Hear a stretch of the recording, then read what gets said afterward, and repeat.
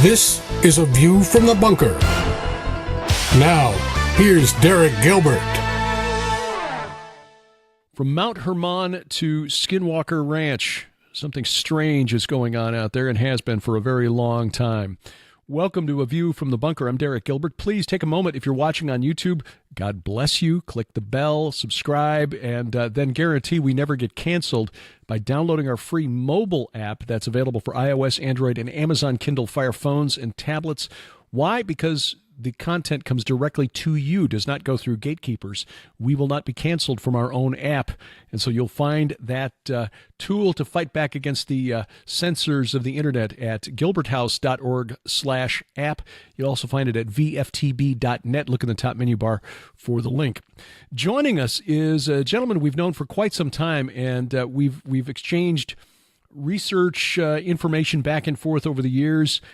We are proud to consider him our friend, and he has just released his first documentary film.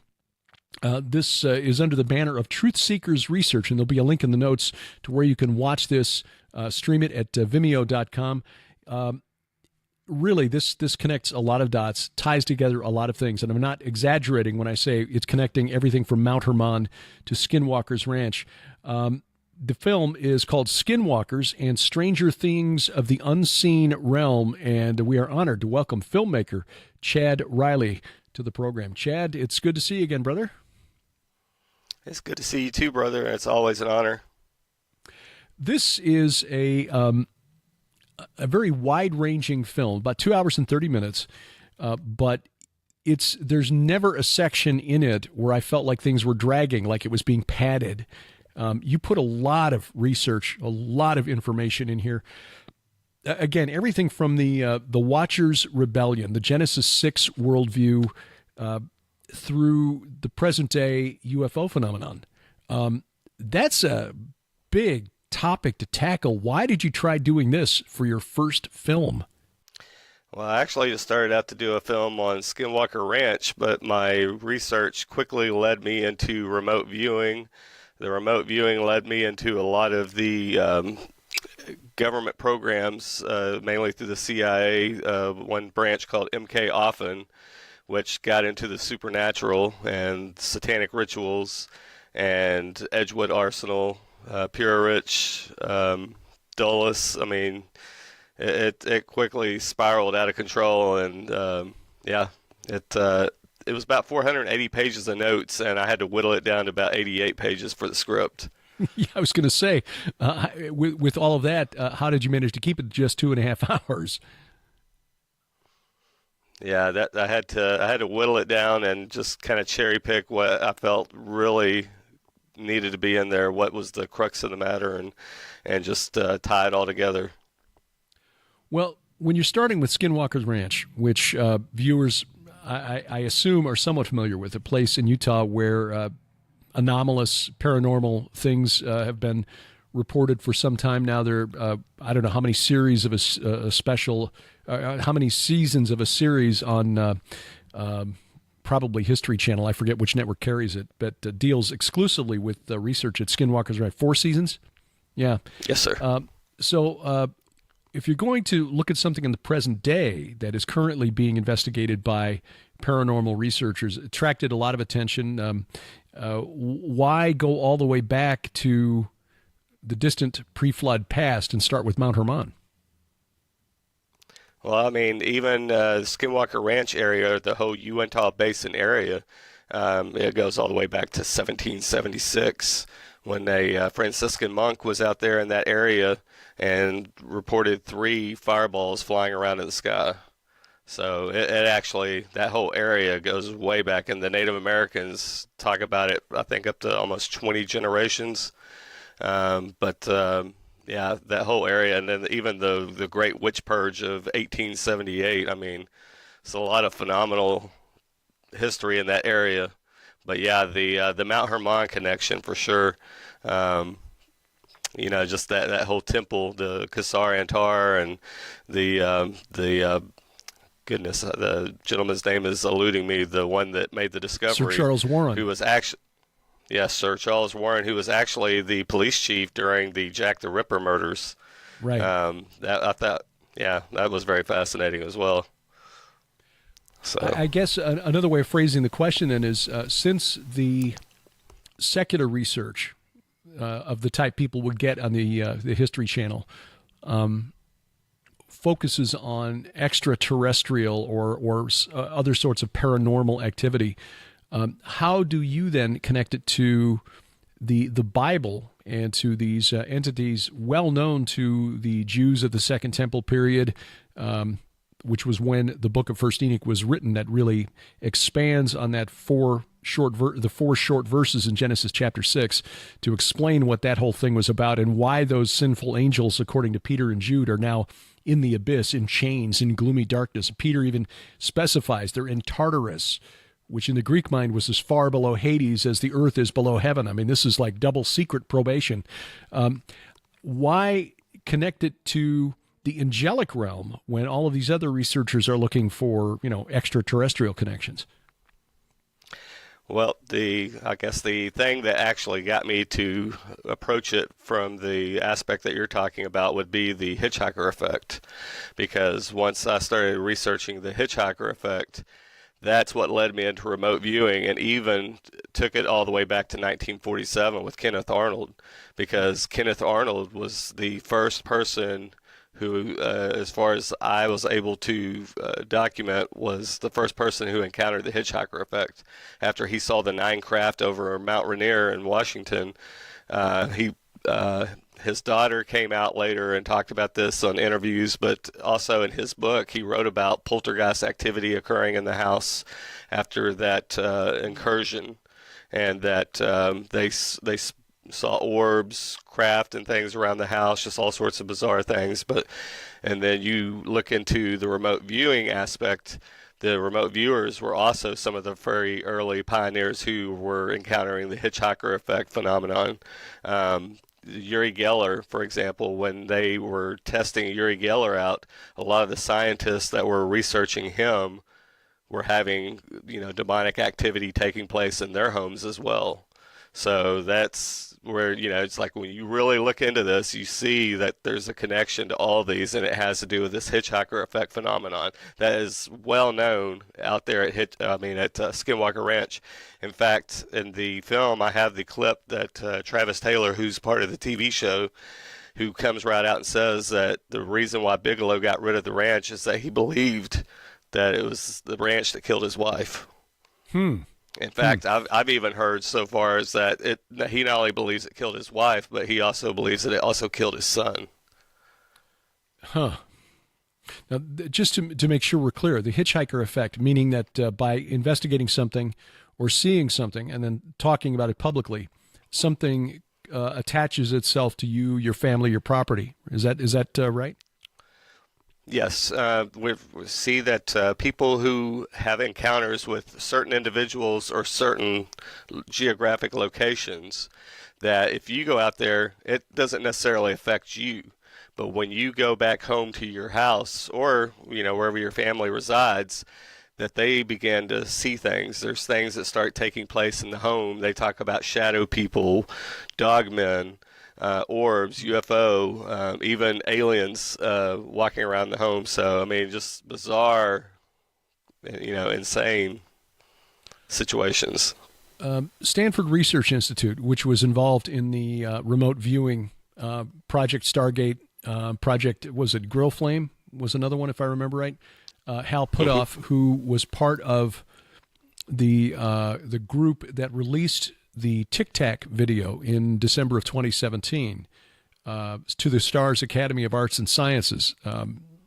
With the exception of the CEO, Tom DeLonge, the former lead guitarist and vocalist for Blink-182, everyone else on the board of directors for that organization was connected to the military intelligence complex. And Puthoff was directly responsible or involved with, integral to the remote viewing at Stanford Research Institute. If I remember correctly, getting back to the hitchhiker effect, the researchers at Stanford Research Institute started seeing things in their homes, did they not? Yes. In fact, what you were talking about Hal Puthoff just now, Hal was also a member of Scientology. That's the thing. That's another one of those aha eureka moments when I started looking at this, because him and Ingo Swann were both OT7s. Pat Price, who was their golden boy, he was an OT3. So it's like, what did they glean out of Scientology? And you know where I'm going with this, because you know who started Scientology. Right. It's like yeah. So that's where a lot of the techniques that they use for remote viewing came from, was Scientology. Now that I did not know. And he's also part of NIDS, which ties him directly out at Skinwalker Ranch. NIDS, which is the National Institute of Discovery Science. Yep. And that was Robert Bigelow. Robert Bigelow founded and funded that, and he was the friend of former Senate Majority Leader Harry Reid, which is how the funding was allocated to the Pentagon to look into what was going on at Skinwalker Ranch, and how, there's a very incestuous group of connections in there. But I want to get back to the remote viewing Scientology connection, because you mentioned, who founded it, and of course we need to make clear for viewers and listeners not familiar that was L. Ron Hubbard, the founder of Scientology, who was also a friend and colleague of Jack Parsons, who founded the Jet Propulsion Laboratory, and both of them were devotees of Aleister Crowley. Mm-hmm.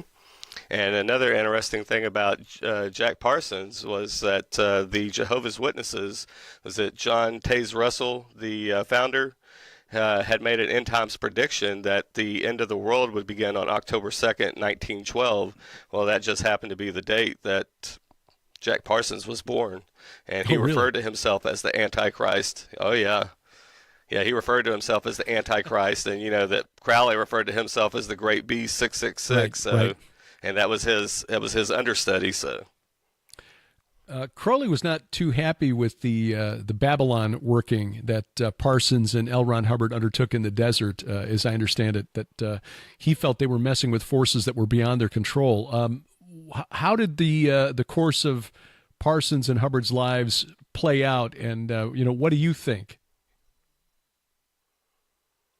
I mean, I know that they supposedly took the Amalantra working and tweaked it, and that's what they were referring to as the Babylon working ritual. And I know that it took place between the years 1945 through 1946, if I remember correctly, and that the last time that they performed it, supposedly they were successful.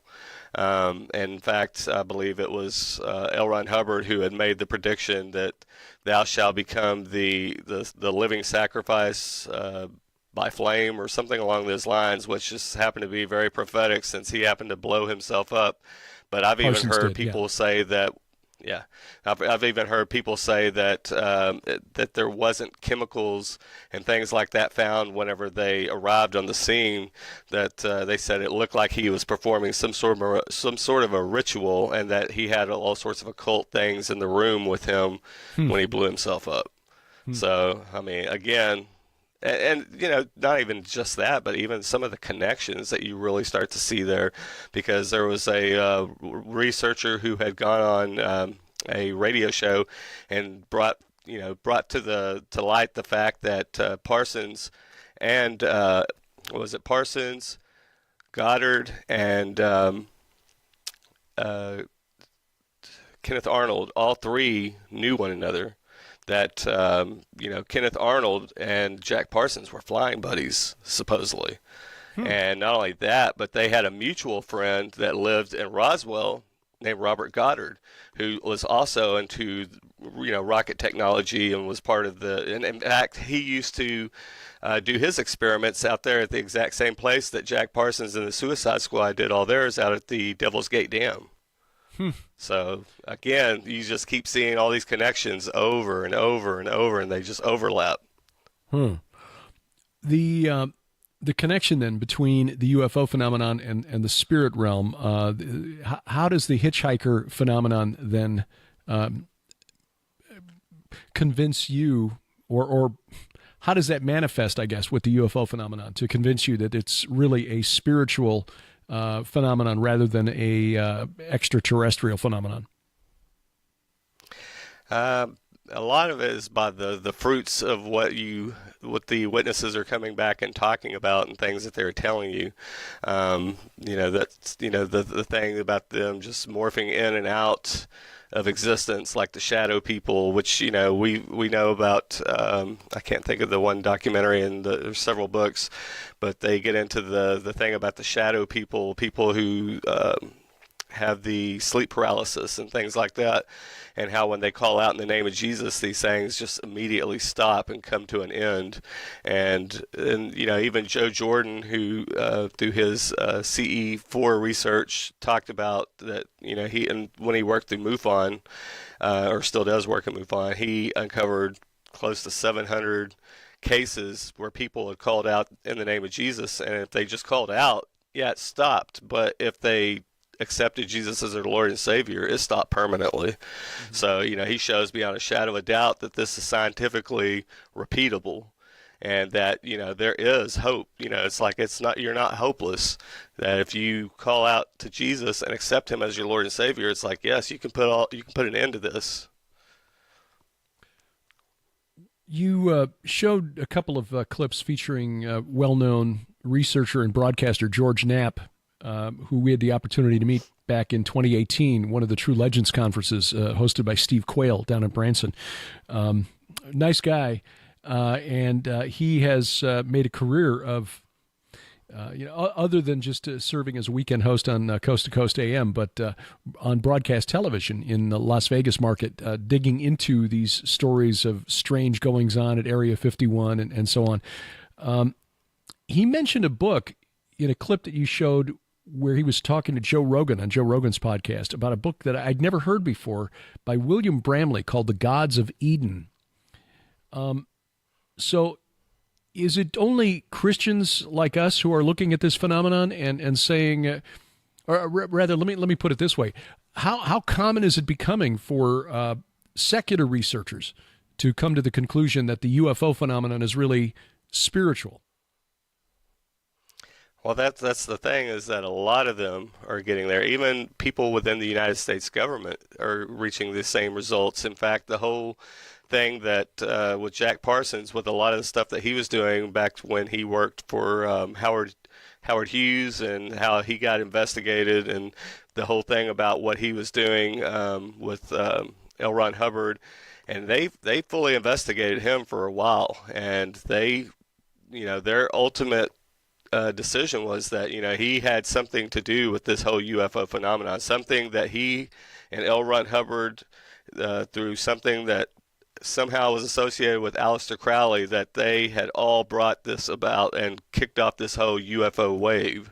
And so, certainly the timing would be would fit in there, and Arnold, and then Roswell, and then Aztec, and a number of other phenomena or incidents that took place shortly after that in the late 1940s, perhaps not coincidentally happening at the same time that Israel was becoming an independent nation again for the first time in almost 2,000 years.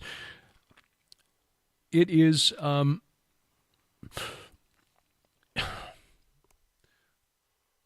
very interesting to note that researchers like Jacques Vallée, another secular researcher who I think is very well known for pointing out that the behavior of some of these craft is more akin to spirit beings moving in and out of our dimensions, interdimensional rather than extraterrestrial. In other words, they've not really developed a new sort of physics. It's just that they can move in more dimensions than we can perceive, and so it appears as though they're moving in other dimensions. The question, I guess, then, is why would these entities, assuming that this then, and I agree with you, by the way, that this is a spiritual phenomenon, why would they try to convince us that they are extraterrestrials from Zeta Reticuli or wherever? Well, it's not just that they do not want people to know truly exactly who or what they are, but what their true purpose is. Like I said, the government a long time ago, they found out real quick, who and what these things are. Even back 1948, the FBI document 6751, they talked about these things were interdimensional, that they were coming from another dimension, and that they were larger in size. They weren't as tall as we are. They were much bigger and much taller. They even start talking about different esoteric terms in there, like the Talas and the Lokas, and because like a lot of the stuff that Kenneth Grant was talking about in his book Aleister Crowley and the Hidden God, when he's talking about a lot of this stuff, he got into the whole thing about the Kelipod or the Clippeth, or and even the Citra Akra. And that was one of those things, because I believe it was the first time I had heard it, it was a researcher by the name of Freeman Fly who had talked about that book, and he said that in somewhere in that book it talks about the reason why NASA was created was to make contact with the other side. Well, I just thought that was an interesting term, and then, it's like I automatically took it that they were trying to make contact with the heavenly realms or demonic realms. But then when I found out about the Citra Akra, and you know what I'm talking about, the Citra Akra, another term or another name for it is called the other side. And this is a demonic realm that is supposedly ruled by 5 kings from Edom. And yeah, so it was one of those things. It's just like, Yeah, this is an area where you're more researched than I. This is not something I've dug into. 5 kings from Edom? Mm-hmm. Very fascinating. Huh. Okay. Did you dig into the book Final Events by Nick Redfern at all in the course of your research? Yes, I've read that one years ago before we ever did Higher Entities. Okay, right. And that was the documentary that you did with Justin and Wes Fall. Several years ago. I was honored to be a part of that. In fact, I'm sitting inside a building that's about maybe 25 feet from where we shot my segment, right outside in the gravel driveway. This, I have to wonder about the conclusion that was reached by Redfern. Apparently, now he in his book, to his credit, he interviewed Dr. Mike Heiser. He interviewed Guy Malone. So he did get some Christian perspective on the phenomenon, but the idea that there is a group within the United States government that has concluded that this is a demonic manifestation, and I don't disagree with that, but the solution that they suggested, which was to bring the United States under Old Testament law, and that somehow that would protect us from these soul-sucking demonic UFOs. As you dug further into your research and started putting these pieces together with Skinwalker Ranch and the occult workings of guys like Parsons and Hubbard and Kenneth Grant, who was Aleister Crowley's personal secretary, what is going on inside the government? How is the government processing this, and what kind of response have they put together? Their biggest thing is to just stifle, and they don't want to talk about it. You hear people like Jeremy Corbell, George Knapp, and all these people that are trying to break this information and to get it out, how they keep running into walls with certain people. And they've talked to like 3-star, 4-star generals, different people, and they say that every time they get to this point with them where they just kind of like say, look, I don't want to talk about this anymore. We know what these things are. We know that they're demonic. We know that they're evil. Just let it go. Mike Heiser asked a really good question about this at some point, years ago. At some point, you would hope that the federal government would have access to better theologians. So, Chad, let's go back to a book we mentioned just a few minutes ago. This was the book George Knapp brought up in his interview with Joe Rogan, The Gods of Eden by William Bramley. Who was William Bramley? What was he trying to do with this book, and why did you see it necessary to bring into your documentary Skinwalkers and Stranger Things of the Unseen Realm? Yeah, Ramley was a attorney that had been researching the causes behind war, and I believe he spent close to about 7 years researching that book. And he kept coming to this one conclusion that there was some sort of unseen force that was driving humanity to war with one another, and that was deriving something out of it, that it was getting something out of us suffering and killing one another. Yeah, I'm looking at the back cover. This book was published 30 years ago by HarperCollins, an imprint of HarperCollins, Avon Books. So this is not, some self-published, thing run off on a mimeograph. I mean, HarperCollins, major publishing house. The back cover copy reads, "They came to Earth millions of years ago to spread the poison of hatred, war, and catastrophe. They are with us still." And he connects everything through his research from the wars of ancient Egypt, the conquests of, like Ramses the Great or whatever, and even down to the assassination of John F. Kennedy. And then concludes that this is the result of an alien presence on Earth, extraterrestrial visitors who've conspired to dominate humankind. But again, the title of the book is The Gods of Eden. So even though he's calling them extraterrestrial, the book is titled Gods of Eden. How close was Bramley? And I guess for researchers who are still working today, guys like George Knapp, Jeremy Corbell, who are not really approaching this from a Christian perspective, how close are they to actually identifying the real enemy here? They're fairly close. I mean, that's the thing, is that it's kind of like Anton LaVey when he talks about the New Agers. It's like they want to do all these works and they want to tap into his power, but they don't want to invoke his name and give him credit. And so pretty much running right along the same lines.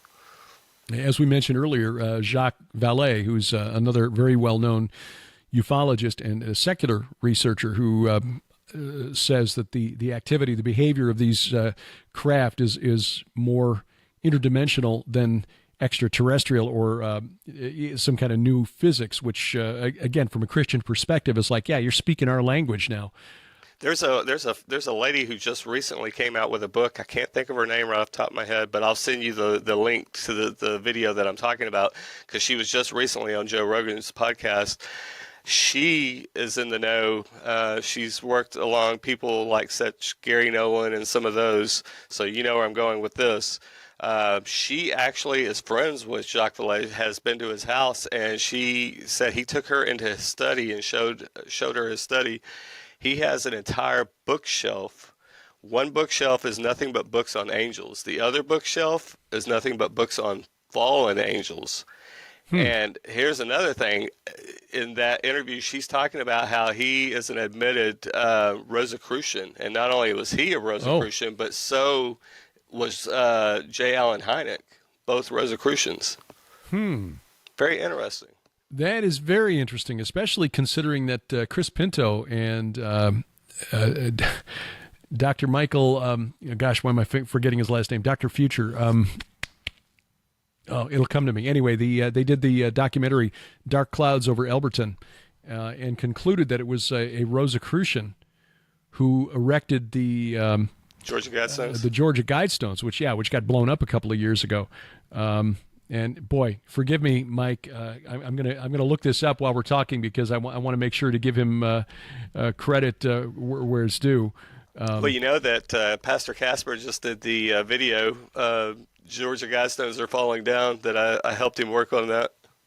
Mm-hmm. Yes, exactly. He did share that with us. That was brilliant. Michael Bennett. Yeah, sorry, Michael Mike. Bennett. Dr. Michael Bennett. They did some amazing documentary work and detective work in figuring this out. But again, a Rosicrucian philosophy embodied in the Georgia Guidestones, which again are no more. But that's a very interesting aspect to all of this.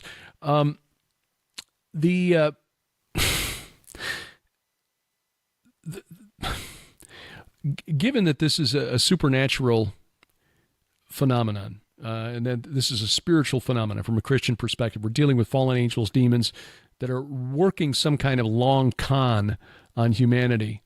What is the goal here? I mean, why try to fool us this way instead of just, as Baudelaire wrote and adapted by Christopher Nolan into his film The Usual Suspects, the greatest trick the devil ever pulled was convincing the world he doesn't exist. Why are they manifesting in this particular way? Well, that's the thing, is they don't want people to think about this. They don't want people to know. They don't even want. I mean, if you're not walking with the Lord, they're completely happy as a clam. Um, they they're moving and manipulating people like chess pieces, whether they realize it or not. And that's the thing, like the gentleman Bramley wrote in his book Gods of Eden, that they've been at this for a very long time. I mean, they've been here since the Garden of Eden, and they've been manipulating mankind. And even the book of Enoch, the fallen angels, it talks about the angels taught humanity warfare, taught them metallurgy and how to make weapons. So I mean, they've obviously been deriving something out of this for a very long time. It's not just a hatred towards humanity, but it has something to do with the human souls and people being damned to hell. It's really been a change of strategy over the years, though, over the centuries, where they used to appear to humanity as the gods of the ancient world. And I know that the modern ancient astronauts or ancient aliens hypothesis kind of stands that on its head. You know, the gods of Eden weren't actually supernatural beings. They were visitors from the planet Nibiru, and they were here to enslave humanity or create humanity as slaves. And the Sumerians had it all wrong. And now they're well, actually, I think I've answered my own question. It seems like that's exactly what they've done, where they appeared as gods in the ancient world, and now they're telling us, no, we are they, but we're just space travelers. You guys just had it all wrong. Your distant ancestors were too primitive to recognize spacemen when they saw them. Yeah, and we know a lot of the same information because we both researched a lot of the same circles. And Peter Levenda, who wrote the book Sinister Forces, he gets into the whole thing about the Council of Nine, that Purich and several other people were making contact with this group of entities that refer to themselves as the Nine. And that's actually going to be the next film that I'm going to work on, is going to be on the Nine. So I'll be getting into that, and I'm going to show that there has been 9 gods that have ruled over every pantheon, every civilization, going back all the way back to Mesopotamia. Even the Mount Olympus, the 9 guys that ruled over Mount Olympus, the Ennead in Egypt, and so on. And you just keep seeing this 9. Yeah. So I mean, it's repetitive, but that's the thing, is I think Crowley summed it up best when he said, "I serve Lucifer in his Augustus Council of 9." So same story over and over. Exactly. And so, yes, these gods were here, but you've gotten into this in your research and a lot of the books that you've written. You talk about this, that these are the same gods. They just have different names and different pantheons, different civilizations. Yeah, and the 9 is something that Josh Peck and I wrote about in The Day the Earth Stands Still. It was surprising, and you mentioned Peter Levenda. Sharon and I highly recommend the Sinister Forces trilogy that he wrote. One of the books in the trilogy is called The Nine, for that very reason. We joked during one of our interviews with Peter that his trilogy is sort of like the 6 Degrees of Charlie Manson, because everything seems to connect to Manson. And another researcher by the name of Dave McGowan, who wrote the book Programmed to Kill, which got into Manson and other serial killers of the 60s and 70s, like Henry Lee Lucas and others, who almost appeared to have been created by the government in certain programs. And when you start looking at the connections between guys like Manson and, for example, Scientology, and the Process Church of the Final Judgment, connected to the Son of Sam and their connections to Scientology. And the way the Process Church, by the way, was rebranded as as an animal rights organization, sort of like the ASPCA. It's bizarre, but what used to be the Process Church of the Final Judgment, which came out of Scientology, connected to the Son of Sam, David Berkowitz, that's where President Biden got his 2 German Shepherd rescue dogs that keep biting Secret Service agents from what used to be the Process Church. I forget what their organization is called now, but I mean, when you start looking at these connections, and Lavenda does a wonderful job in this trilogy. And you also touched on the whole thing about McGowan. He also did the book Weird Science in the Laurel Canyon. He gets into a lot of this, as well as O'Neill, who wrote the book Chaos. Right. And I mean, that's the thing. It's like the guy that was the handler for Manson that you were talking about. He's the same person when after Ruby shot Oswald, they said that he was asking, what happened? How did I get here? Well, when he got sent to prison, the same guy who was the handler for Manson, and O'Neill talks about this in his book Chaos, he said he goes to visit Ruby in prison, and within 45 minutes of speaking to him alone, when he came out, he said he suffered a psychotic break, and he was never the same ever again after that. So you got to ask yourself, because every time Charles Manson used to get in trouble, this guy would show up and he would magically make everything just disappear, and Charlie would walk out of jail scot-free. And so, like I said, you need to read that book. You really do need to read that book. Yeah, Sharon has read it, and in fact, we read something else. Speaking of Dave McGowan, and I know we're rabbit trailing away from your film, Skinwalkers and Stranger Things of the Unseen Realm, but a lot of this stuff winds up interconnected, and it blows your mind when you start reading things like Lavenda's Sinister Forces trilogy, and you see how the space program is connected to not just the Nazi research during World War II and things like the Nazi Bell and all of that, and Werner von Braun, but the Kennedy assassination and the moon landings and Charles Manson and others. And the Nine, coming back to this, this group of entities that were communicating telepathically with a group led by a CIA contractor named Andrea Puharich, with some of the wealthiest people from old money families like the Forbes and the Paynes and the Astors and the inventor of the Bell helicopter, and two of the people wound up taking in a young couple named Charles and Marina Oswald. Lee and Marina Oswald. Lee Harvey. So again, you've got this connection to CIA mind control projects and aliens from outer space saying we created you and we're back to put things right, and we're actually the gods of ancient Egypt. Again, your head begins to explode. And that Gene Roddenberry was one of those as well, and he was taking a lot of this information and writing this series called Star Trek that just kind of has been as we're watching this, I've been going through and rewatching Deep Space Nine. The nine Bajoran gods and the wormhole, Deep Space Nine. Right, exactly. So, Roddenberry was a member of this group that eventually included Uri Geller, who we mentioned in the earlier part of the program. So, this is all like so much that for somebody who's jumping into the deep end of the pool and seeing all this for the first time, and again, you pack a lot of this into the 2.5 hours of your documentary. Again, extremely well researched. What do you hope people will take away from this? I mean, going into this, if never seeing any of this before, you can see all this and just, be blown back into your chair like that old Maxell tape commercial, where your hair gets blown back. How do you process it? It's almost overwhelming. And that's one of the things that we've always had people tell us, whether it was Hollow Earth or it was higher entities, especially this one, I've had people give me feedback, and, I've had some say this is more academic type level stuff than what you're getting into, because you're showing how this is all interconnected, connecting all the dots. But, it's one of those ones where you're not going to get everything out of it the first time you watch it. You're probably going to end up having to watch it close to 4 or 5 times, maybe more, because like I said, I had to take 480 pages of notes and condense it down to 88 pages.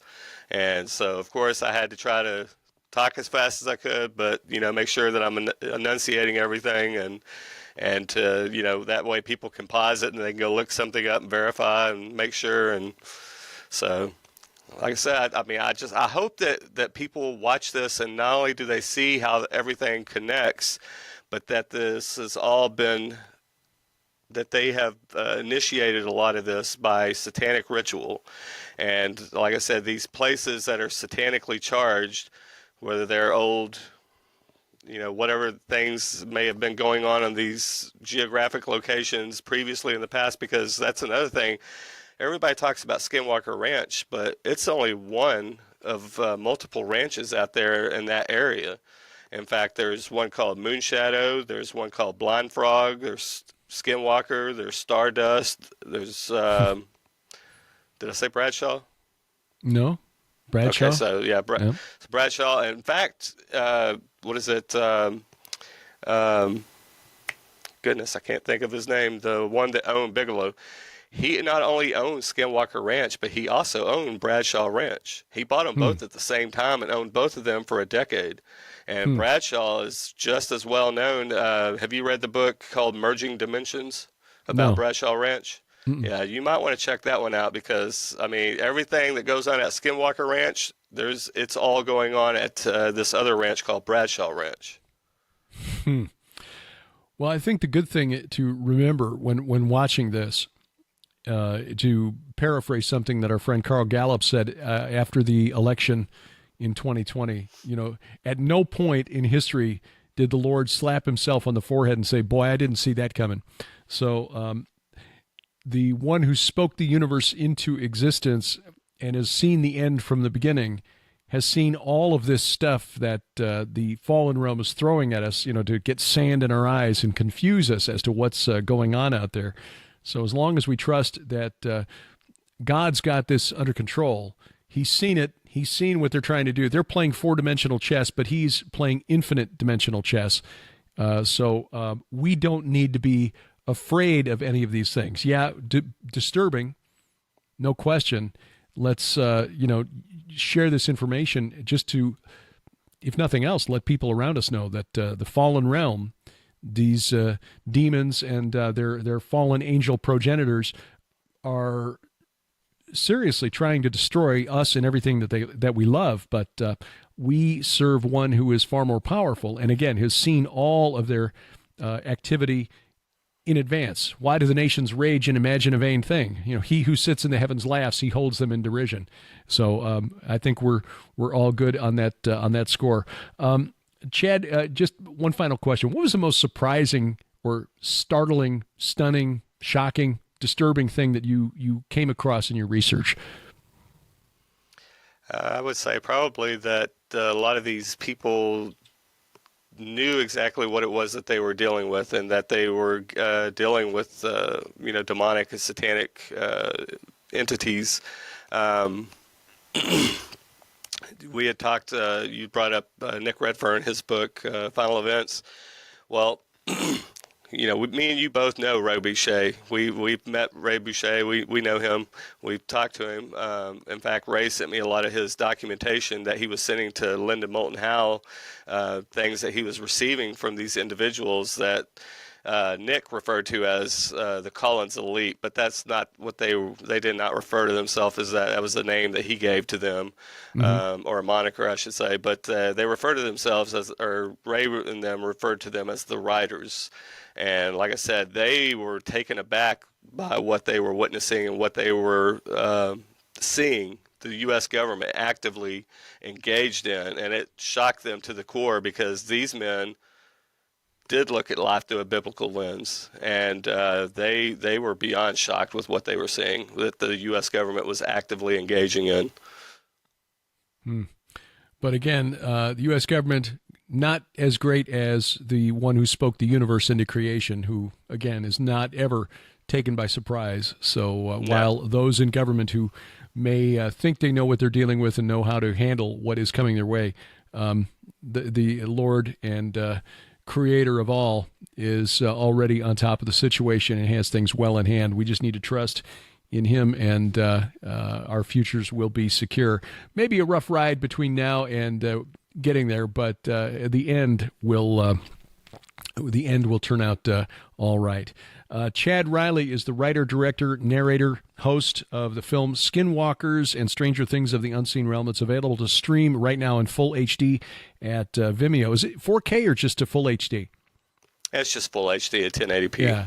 Yeah. Well, I mean, streaming video, if you try to stream 4K, that can get a little, if you don't have the fastest internet connection, that can bog you down a little bit. I'll put a link in the notes below this video or audio, wherever you're watching or listening, and direct you to it.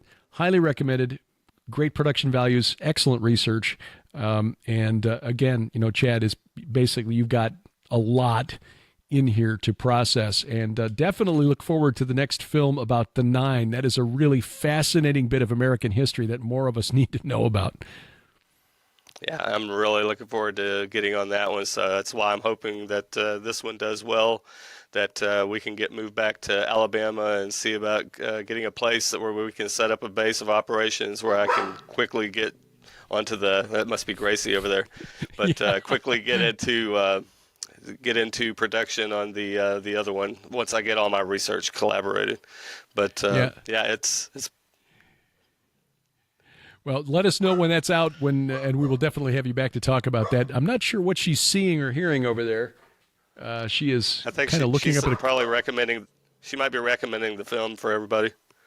I think that's what it is. Yes, Chad Riley, thanks for joining us. We look forward to talking with you again soon. Awesome. It was an honor to be here with you. Look forward to seeing you again soon, brother.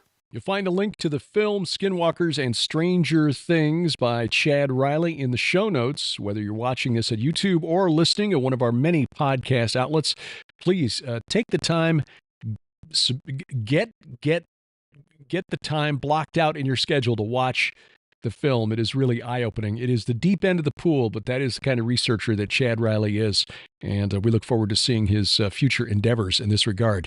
Coming up, well, technology has disproven the story being told by Fulton County DA Fani Willis. Her let's just say her lust for power is exceeded only by her lust for another woman's husband, apparently, and some very important details, a couple of scheduled changes, including one for October in Scotland, the Nephilim Anthropology Conference. Tell you more about that straight ahead as A View from the Bunker continues.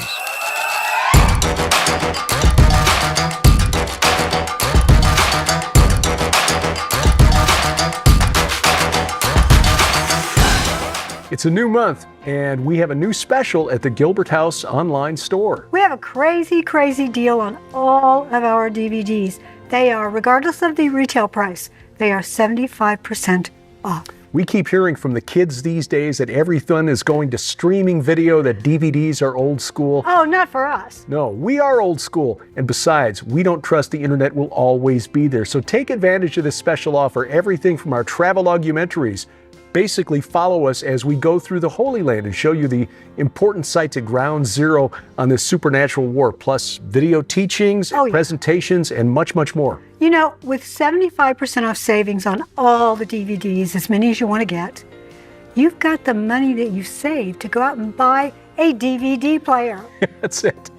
Take advantage of it now online only at the Gilbert House store, gilberthouse.org/store. And thank you for your prayers and support.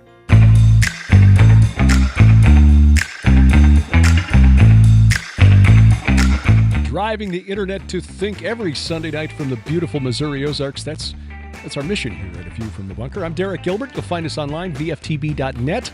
Our main website, gilberthouse.org, gilberthouse.org. My personal site, derekpgilbert.com. YouTube at Gilbert House. Also, Twitter at X, formerly Twitter, at View from Bunker or at Derek Gilbert. Facebook, View from the Bunker, and the other new social media sites, Truth Social, Gab Me We Get Her, at Derek P. Gilbert. If you are watching on YouTube, God bless you. Please take a moment, subscribe, share that link, click the bell for notifications, and then guarantee we never get canceled by downloading our free app, the Gilbert House Ministries app, GHTV, if you will. Gets you all of our video content, all of our audio content, but also guarantees that we won't be canceled if we say something that violates, community standards or something. Because you know me, I'm just so controversial. No, if you tell the truth, sooner or later somebody's going to say, well, that doesn't align with what we want people to believe. We've seen it happen here on this program a number of times already over the last 3 years. So please get our app, add it to your iPhone, smartphone, whether it's Android, iOS, iPad OS, and Amazon Kindle Fire, phone or tablet. We got links for all of those at our main website, gilberthouse.org/app, gilberthouse.org/app. Well, Donald Trump, of course, is going through a number of criminal cases, civil cases that are intended to essentially cut him off at the knees, trying to hamstring his campaign. It's obvious to anybody with independent thinking that this is what's going on.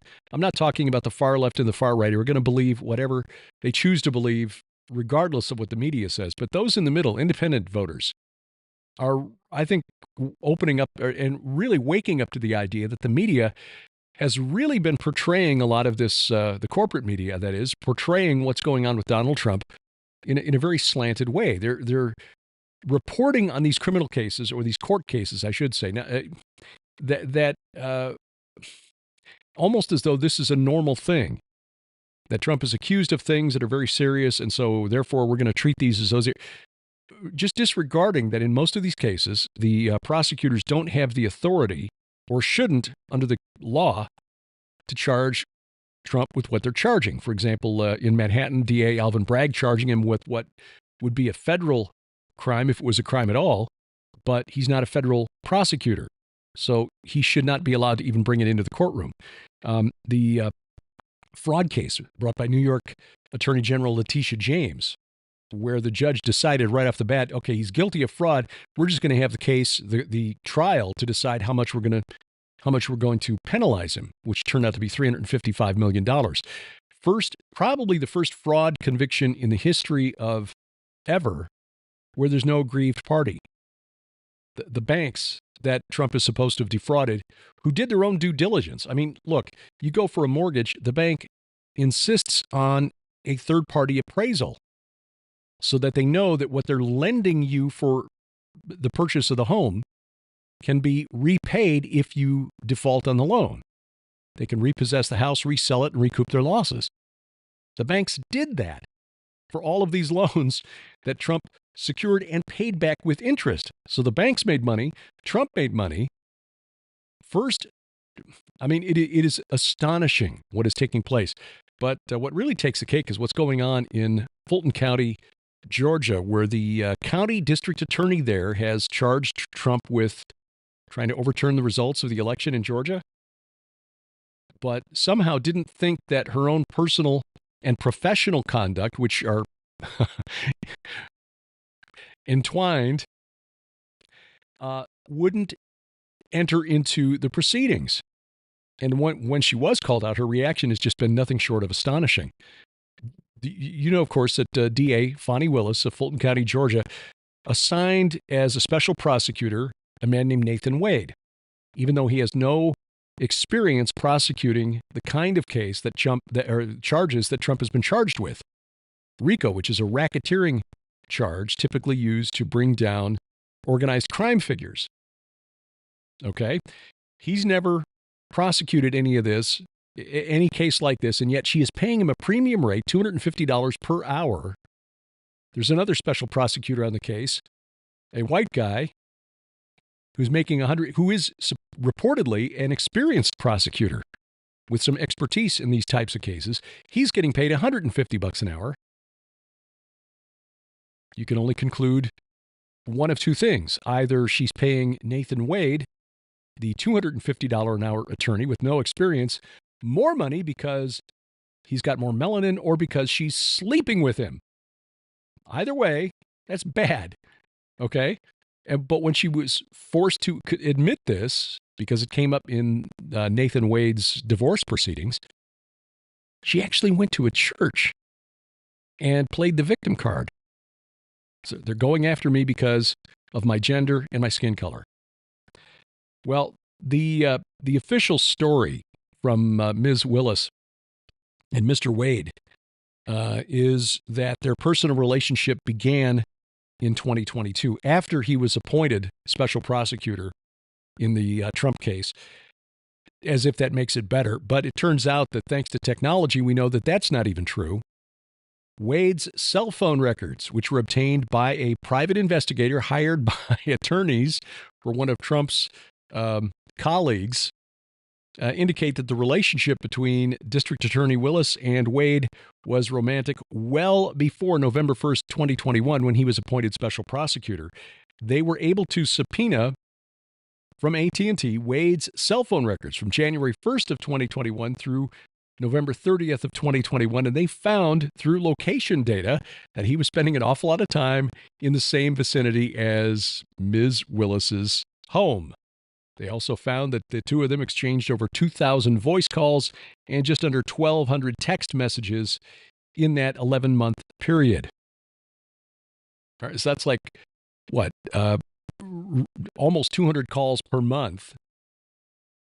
So what, divided by 30 days, like what, 6 calls a day? Something like that, 6 to 7 phone calls per day between those two people who were reportedly not a thing at that point, and were not working together on the Trump case. Wade is not a member of her staff. He's a private attorney who was appointed special prosecutor. Geolocation data, because your phone's got a GPS device in it, which is why you've got the little Maps app in there that works. Yeah, this can tell on you if at some point in the future police need to access these records. Just, word of warning there. If you're going to do something you don't want people to know about, maybe don't take your phone. Again, as an attorney, Wade should have known this. He was at D.A. Willis's condo on at least 35 occasions, and the data retrieved revealed that he was stationary at the condo and not in transit. He spent time there, and the visits were corroborated by phone calls and text messages. Well, any way you slice this, it really looks bad. If there is any justice at all, District Attorney Willis will not only be removed from this case handed over to the state of Georgia, and most of the other district attorneys in Georgia are Republican and probably more favorable to Trump than Ms. Willis, but she should be disbarred. I mean, I don't have the power to do that. Frankly, I'm not going to get my hopes up too high, because it's clear that in over the last 6 years that we have slipped into some sort of alternative reality here in these United States. Sharon and I can look at these sorts of things and laugh, because ultimately, at the end of the day, we just have to remember we are first and foremost citizens of a kingdom. As we described it on PID Radio yesterday morning, we're part of the fellowship of the king, if you will.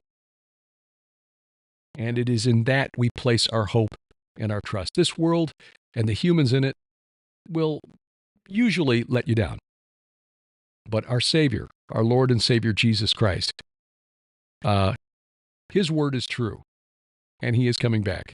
And just remember, the Lord looks down. He who sits in the heavens laughs. He holds them in derision.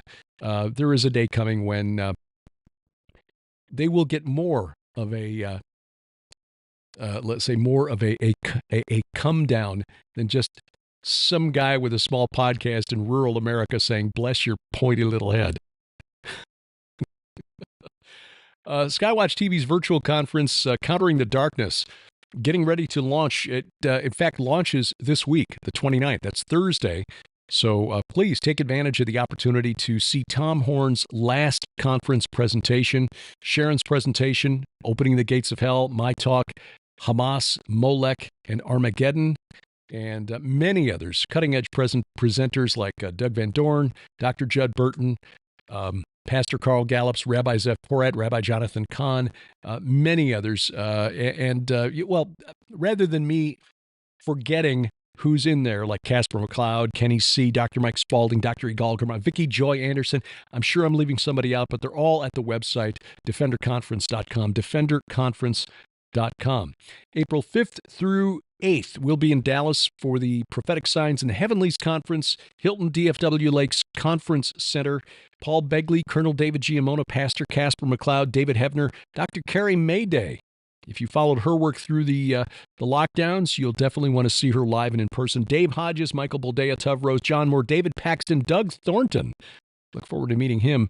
And of course, the total eclipse of the sun on Monday, April 8th. So if you come for the weekend conference, stay over until Monday. We'll be watching it from the safety and comfort of the hotel there, the Hilton DFW Lakes Conference Center. More information and registration online at hearthewatchmen.com, hearthewatchmen.com. In June, we'll be at His Call Ministries. That's the Finley River Ranch in Sparta, Missouri.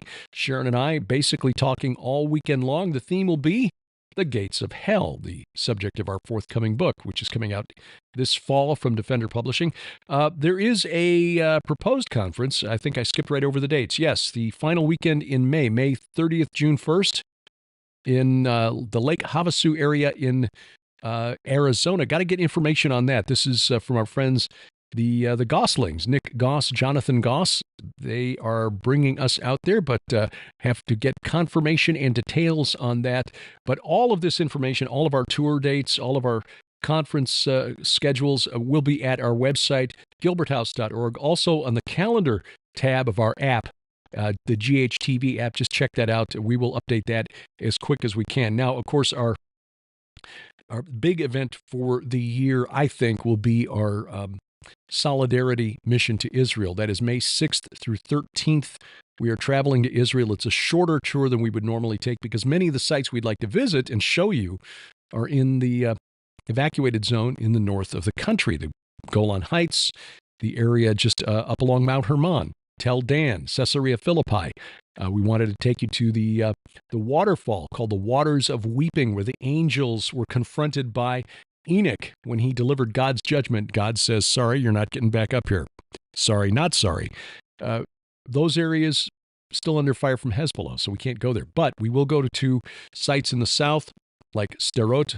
That was the town where the police station was besieged by Hamas. We'll visit a couple of the kibbutzim that were attacked. Have a barbecue with IDF soldiers. Go to Hostage Square in Tel Aviv. Visit with some of the families.